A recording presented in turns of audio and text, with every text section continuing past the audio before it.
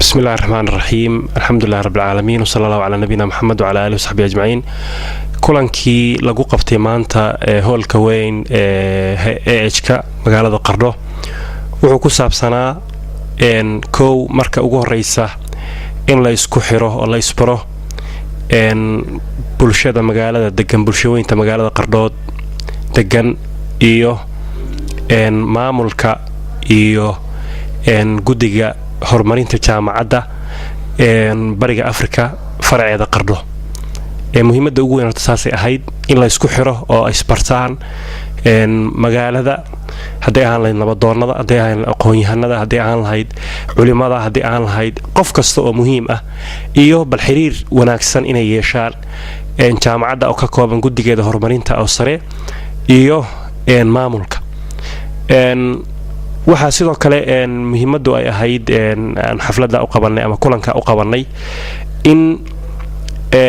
aanu magaalada ka codsano weydiisano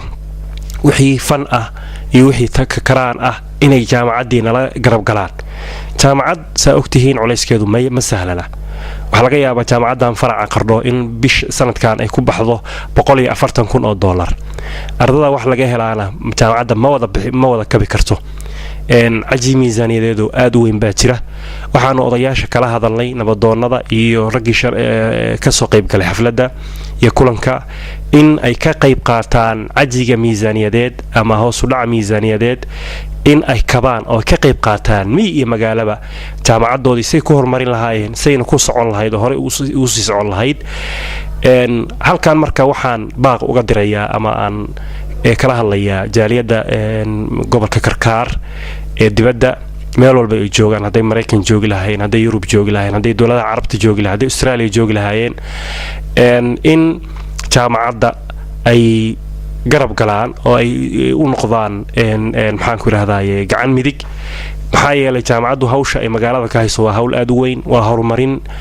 maanta alxamdulillaah rabbil caalamiin waxa dadkii ay haystaan ka soo bilow primary fasalka koobaad ilaa heer jaamacadeed magaaladii baa laga helayaa waa fadli ilaahay ardadii oo dibad aadin waalidkii oo qarash badan oo ka bixin fadli ilaahay waxa ah maanta inay magaaladooda ku helayaan waxbarasho guriga hooyadoo intay ka soo quraacdaan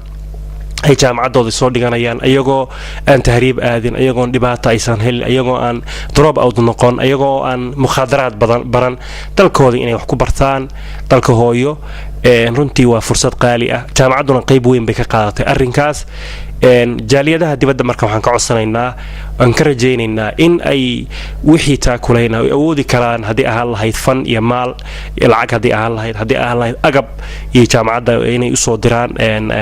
qalab haddii ahaan lahayd maxaan ku idhaahdayay haddii ahaan lahayd buugaag saa ogtihiin jaaliyadda